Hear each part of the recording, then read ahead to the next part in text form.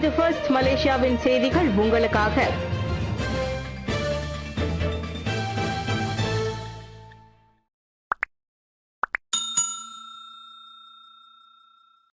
நாட்டின் சொத்துக்களை மீட்பதில் அரசாங்கம் கவனம் செலுத்தும் அன்வார். ஊழல் மற்றும் முறைகேடுகள் தொடர்பான எந்தவொரு நடவடிக்கையும் இறந்த நபர்களை தண்டிப்பதை நோக்கமாக கொண்டிருக்கவில்லை. மாறாக சட்டவிரோதமாக தவறாக பயன்படுத்தப்பட்ட நாட்டின் சொத்துக்களை மீட்பதை நோக்கமாக கொண்டுள்ளது என்பதை அரசாங்கம் வலியுறுத்துகிறது. மரணம் அடைந்தவர்களின் வயது அல்லது அந்தஸ்தை அடிப்படையாக கொண்டு சம்பந்தப்பட்ட நபர்களுக்கு அனுதாபத்தை தூண்ட முயற்சிப்பவர்கள் இருந்தாலும் சட்டவிரோதமாக சேர்த்த நாட்டின் செல்வத்தை மீட்டெடுப்பதை அரசாங்கத்தின் தற்போதைய முன்னுரிமையாகும் என பிரதமர் டாக்டர் அன்வார் இப்ராஹிம் தெரிவித்தார். தெளிவான நியாயமின்றி அளவுக்கு அதிக செல்வத்தை குவித்ததாக குற்றம் சாட்டப்பட்ட சில நபர்களை பாதுகாக்க அதிக விருப்பம் கொண்டதாக கருதப்பட்ட எதிர்க்கட்சியின் செயல்களையும் அன்வார் விமர்சித்தார். பில்லியன் கணக்கான செல்வத்தை குவித்தவர்களை பாதுகாப்பதற்கு எதிர்க்கட்சிகள் நாடாளுமன்றத்தை பயன்படுத்துகின்றன என்றும் அவர் குற்றம் சாட்டினார். இறந்தவர்களை தண்டிக்க நாங்கள் விரும்பவில்லை. சட்டவிரோதமாக எடுத்து சென்ற பணத்தை நாங்கள் திரும்ப பெற விரும்புகிறோம் என நேற்று புத்ரஜயாவில் நிதி அமைச்சின் மாதாந்திர கூட்டத்தில் உரையாற்றிய போது அன்வார் வலியுறுத்தினார். ஷாங்காயில் 1MDB பிரபலம் ஜோலோ இருப்பதற்கான ஆதாரங்கள் இல்லை. உள்துறை அமைச்சர். போலி ஆஸ்திரேலிய பாஸ்போர்ட்டை பயன்படுத்தி சீனாவின் ஷாங்காய் நகரில் வசித்து வரும் தொழிலதிபர் லோடெக் ஜோ மீதான குற்றச்சாட்டுகளுக்கு நம்பகமான ஆதாரங்கள் எதுவும் போலீசாருக்கு கிடைக்கவில்லை என்று உள்துறை அமைச்சர் சைஃபுதீன் அசதியோன் இஸ்மாயில் கூறியுள்ளார். மேலும் ஜோலோவின் இருப்பிடத்தை துல்லியமாக உறுதிப்படுத்த சர்வதேச அமலாக்க நிறுவனங்களுடன் தனது தரப்பினர் மிக நெருக்கமாக பணியாற்றி வருவதாக அவர் தெரிவித்துள்ளார். அண்மையில் வெளிவந்தவை வெறும் ஊடக செய்தி என்றும் அது சம்பந்தப்பட்ட பத்திரிகையாளரின் தனிப்பட்ட அறிக்கை என்றும் விளக்கப்படுத்தப்பட்டுள்ளது.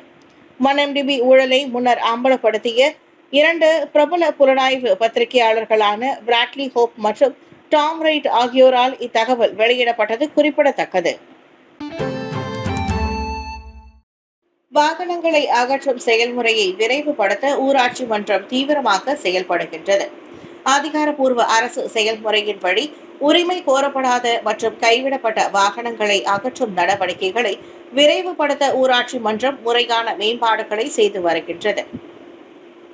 உரிமையாளர்கள் அல்லது அவர்களின் வாரிசுகள் வாகனங்களை மீட்டெடுக்க விரும்பவில்லை என்பதை ஊராட்சி மன்றம் உறுதி செய்ய வேண்டும் என்பதால் இந்த செயல்முறையை அமல்படுத்துவதற்கு கால அவகாசம் தேவை என்று பிரதமர் துறை அமைச்சர் டாக்டர் ஜலிஹா முஸ்தபா விளக்கியுள்ளார். வாகன உரிமையாளர்கள் தங்கள் சொந்த வாகனங்களை அப்புறப்படுத்துவதற்கு முழு பொறுப்பேற்பதே உண்மையான தீர்வு என்றும் அவர்களின் மக்களவையில் பதிலுரைத்தார். ஒருவேளை வாகன உரிமையாளர் இறந்திருந்தால் ஊராட்சி மன்றம் தக்க தளர்வுகளை வழங்கும் என்றும் குறிப்பிட்டிருந்தார். ஜனவரி முதல் மே வரை கைவிடப்பட்ட அல்லது பழுதடைந்த வாகனங்கள் தொடர்பான 1009 பொது புகார்களை கோலாலம்பூர் ஊராட்சி மன்றம் பெற்றுள்ளது என்பது குறிப்பிடத்தக்கது. ஜனநாயகத்தை போற்றுவோம். எதிர்க்கட்சியினரின் சனிக்கிழமை பேரணி பாதுகாப்பாகவும் ஒழுங்காகவும் நடைபெறட்டும். அன்வார். தலைநகரில் வரும் சனிக்கிழமை எதிர்க்கட்சிகள் ஏற்பாடு செய்துள்ள பேரணி அமைதியாகவும் ஒழுங்குமுறையோடும் நடைபெறட்டும் என பிரதமர் டாக்டர் அன்வார் இப்ராஹிம் எதிர்பார்ப்பை வெளியிட்டுள்ளார். பங்கேற்பாளர்கள் மற்றும் பொதுமக்களின் பாதுகாப்பை உறுதி செய்வதற்காக உரிய ஒத்துழைப்பு வழங்குமாறு போலீஸ் படையையும் அவர் கேட்டுக்கொண்டார். பிரதமரின் பத்திரிகை செயலாளர் துங்கு நஸ்ருல் அபைடா அதனை தெரிவித்தார். பங்கேற்பாளர்களுக்கு எவ்வித நெருக்கடியும் தடையும் விதிக்கப்படாமல் இருப்பதையும் போலீசார் உறுதி செய்ய வேண்டும் என பிரதமர் அறிவுறுத்தியுள்ளதாக துங்கு நஸ்ருல் கூறினார். ஜனநாயகத்தின் மாண்பை போற்றும் மடானி அரசின் நிலைப்பாட்டில் எந்த ஒரு மாற்றமும் இல்லை.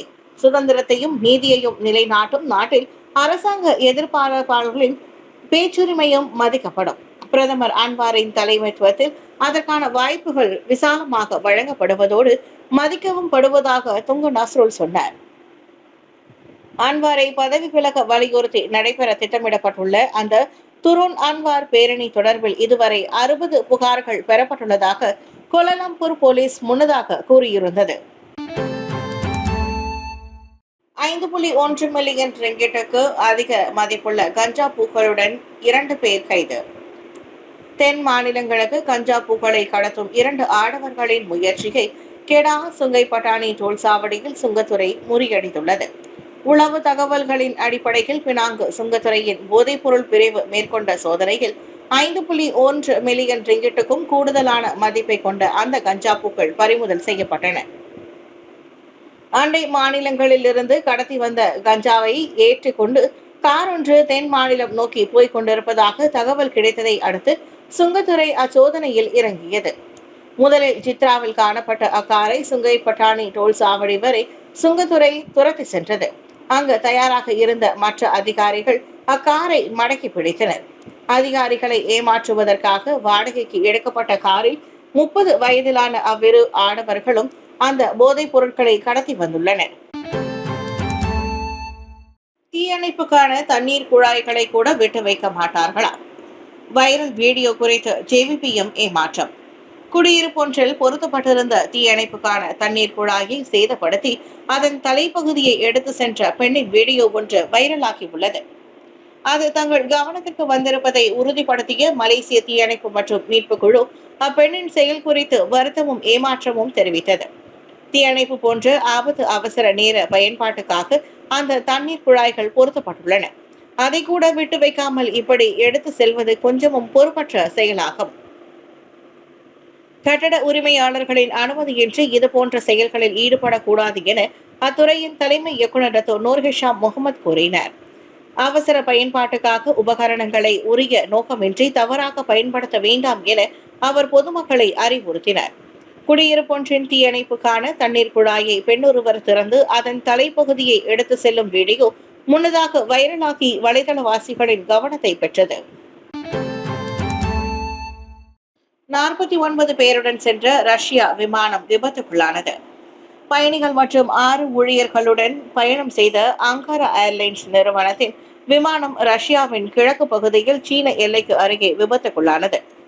அமூர் வட்டாரத்தில் டிண்டா நகரை அந்த விமானம் நெருங்கிய போது அவ்விமானம் ரேடரிலிருந்து மறைந்ததாக அறிவிக்கப்பட்டது. டிண்டாவிலிருந்து 16 கிலோமீட்டர் தொலைவில் மலைப்பகுதி வட்டாரத்தில் தீ எரிந்து கொண்டிருந்ததால் விமானத்தின் உடைந்த பாகங்களாக இருக்கலாம் என சந்தேகம் எழுந்துள்ளது. இந்த விமானத்தில் பயணம் செய்தவர்கள் எவரும் உயிர் பிழைத்ததற்கான வாய்ப்பு இல்லை என மீட்பு பணியில் ஈடுபட்டுள்ளவர்கள் தெரிவித்தனர். தொலைதூரத்தில் உள்ள காட்டுப்பகுதியில் தேடும் நடவடிக்கையில் ஹெலிகாப்டர்கள் உதவியோடு தரைப்படையும் ஈடுபட்டு வருவதாக கூறப்படுகிறது. ஆண்டனோவ் 24 விமானத்தின் விபத்துக்கு விமானியின் தொழில்நுட்ப தவறு மற்றும் தெளிவாக பார்க்க முடியாத சூழ்நிலையும் காரணம் என உள்ளூர் ஊடகங்கள் தகவல் வெளியிட்டன. நாய்கள் குதறியதில் குழந்தை பலி, விசாரணைக்கு மாமா கைது. சுங்கைபுலோவில் பூர்வக்குடி கிராமத்தில் நாய்கள் கடித்து குதறியதில் 19 மாத குழந்தை உயிரிழந்த சம்பவம் தொடர்பில் குழந்தையின் மாமா கைதாகியுள்ளார். 2001 சிறார் சட்டத்தின் கீழ் விசாரிக்கப்பட ஏதுவாக 19 வயது அவ்விளைஞர் கைதானதாக மாவட்ட போலீஸ் தலைவர் முகமது ஹாஃபிஸ் முகமது நோர் தெரிவித்தார். வெறித்தனமான மிருகம் தாக்கி கடித்து குதறியதே குழந்தையின் மரணத்திற்கு காரணம் என சுங்கைபுலோ மருத்துவமனையின் தடயவியல் துறையில் மேற்கொள்ளப்பட்ட சவ பரிசோதனையில் கண்டறியப்பட்டுள்ளது. சனிக்கிழமை நிகழ்ந்த அச்சம்பவம் தொடர்பில் போலீசார் முன்னதாக 3 வாக்குமூலங்களை பதிவு செய்தனர்.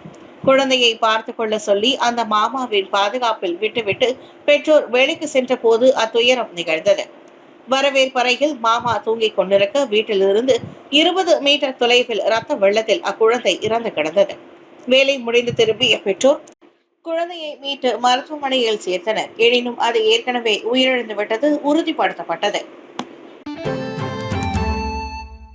தாய்லாந்து கம்போடியா எல்லை நெருக்கடி, சிறுவன் உட்பட 11 பொதுமக்கள் பலி. தாய்லாந்து கம்போடியா எல்லையில் நேற்று மீண்டும் வெடித்துள்ள நெருக்கடியில் தாய்லாந்து பொதுமக்களில் 11 பேர் கொல்லப்பட்டிருப்பது அதிர்ச்சியை ஏற்படுத்தியுள்ளது. அவர்களில் பெரும்பாலோர் எரிவாயு நிலையம் அருகே நடந்த தாக்குதலில் உயிரிழந்தனர். 8 வயது சிறுவனும் கொல்லப்பட்டவர்களில் அடங்குவார். தாய்லாந்து பிரதமர் துறை அலுவலகம் அதனை உறுதிப்படுத்தியது. அதே சமயம் தாய்லாந்து ராணுவத்தை சேர்ந்த 5 வீரர்கள் கம்போடியா வைத்த கண்ணி வெடியில் சிக்கி காயமடைந்துள்ளதாக பாங்காக் போஸ்ட் நாளிதழ் கூறியது. அவர்களில் ஒருவர் தனது வலது காலையே இழந்துள்ளார். முன்னதாக கண்காணிப்பு ட்ரோன்களையும் கனரக ஆயுதம் ஏந்திய படைகளையும் எல்லைக்கு அனுப்பிய கம்போடியா துப்பாக்கிச் சூட்டையும் கிளப்பியதாக தாய்லாந்து குற்றம் சாட்டியது. இதையடுத்து பதிலடியாக கம்போடியாவின் 2 ராணுவ தளங்களை குறிவைத்து 6 F-16 போர் விமானங்கள் மூலம் தாய்லாந்து ஆகாய தாக்குதல்களை நடத்தியது. சண்டை தொடங்கியதாக இரு நாடுகளும் மாறி மாறி குற்றம் சாட்டி வருகின்றன. புகைமூட்டம் பிள்ளைகளை பள்ளிக்கு அனுப்பாவிட்டால் பரவாயில்லை என்கிறார் ஸ்லாங்கூர் ஆட்சிக்குழு உறுப்பினர். புகைமூட்டத்தால் பிள்ளைகளை பெற்றோர்கள் பள்ளிக்கு அனுப்பவில்லை என்றால் பரவாயில்லை என ஸ்லாங்கூர் அரசாங்கம் கூறியுள்ளது. மாணவர்களின் ஆரோக்கியம் கருதி அந்த தளர்வு வழங்கப்படும். ஆனால் பெற்றோர்களோ அல்லது பாதுகாவலர்களோ அது குறித்து பள்ளி நிர்வாகத்திடம் தெரியப்படுத்த வேண்டும்.